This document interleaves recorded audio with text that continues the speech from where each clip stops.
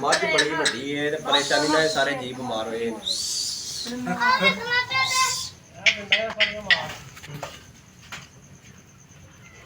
ਚਲ ਉੱਠ ਜਾ ਫਿਰ ਗਈ ਕਿੰਨੇ ਦਿਨਾਂ ਚ ਹੋ ਗਏ ਨੇ? ਇਹਨੂੰ 2 ਦਿਨ ਹੋਏ ਭਾਵੇਂ ਕੱਲ ਟੀਕਾ ਲਾਇਆ ਨੂੰ 8-10 ਦਿਨ ਹੋ ਗਏ।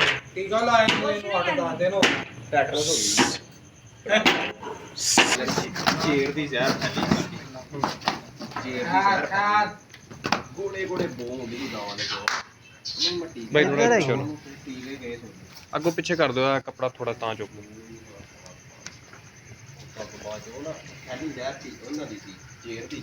ਇਹ ਸਾਰੀ ਸੋਚ ਹੈਗੀ। ਛੱਡ ਜਾਂਦੀ। ਆਹੋ ਮੈਂ ਸਮਝ ਹਵਾ ਭਰ ਜਾਂਦੀ। ਹਾਂਜੀ ਹਾਂਜੀ ਕੋਈ ਹਿਸਾਬ ਹੋਗਾ, ਮੈਂ ਫਿਰ ਉਹਨਾਂ ਨੂੰ ਜਵਾਬ ਦੇ ਦਿੱਤਾ।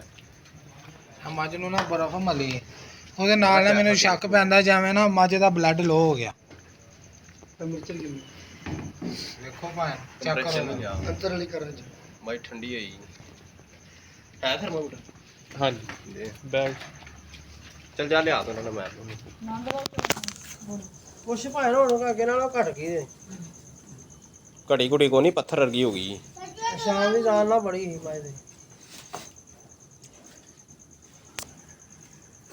ਘਟੀ ਵਾਲੀ ਗੱਲ ਨਾ ਕਰ। ਘਟੀ ਵਾਲੀ ਕੋ ਨਹੀਂ ਗੱਲ ਹੈਗੀ। ਤਕਲੀਫ ਹੈਗੀ ਇਸ ਤੋਂ ਉੱਤੇ ਹੁਣ ਕੀ ਹੋਵੇ, ਹੁਣ ਇਸ ਤੋਂ ਉੱਤੇ ਵਜੂਦ ਦਾ ਹਿੱਸਾ ਹੀ ਨਹੀਂ ਹੈਗਾ ਵੀ ਸੋਚ ਜਿੱਤੇ ਹੋਰ ਹੋ ਜੇ। ਮੈਂ ਆਉਂਦਾ ਵੇਖਿਆ, ਮੈਂ ਲੱਗਦਾ ਫਾਰਨ ਬਾਡੀ ਦਾ ਕੇਸ ਹੈ। ਇਹਨਾਂ ਮੈਨੂੰ ਕਿਹਾ ਵੀ ਟੀਕਾ ਲਾਇਆ।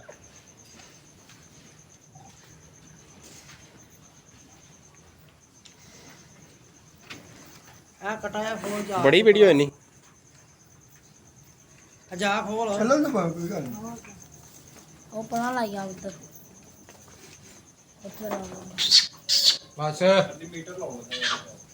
ਐਨੂੰ ਹੋ ਜਾ।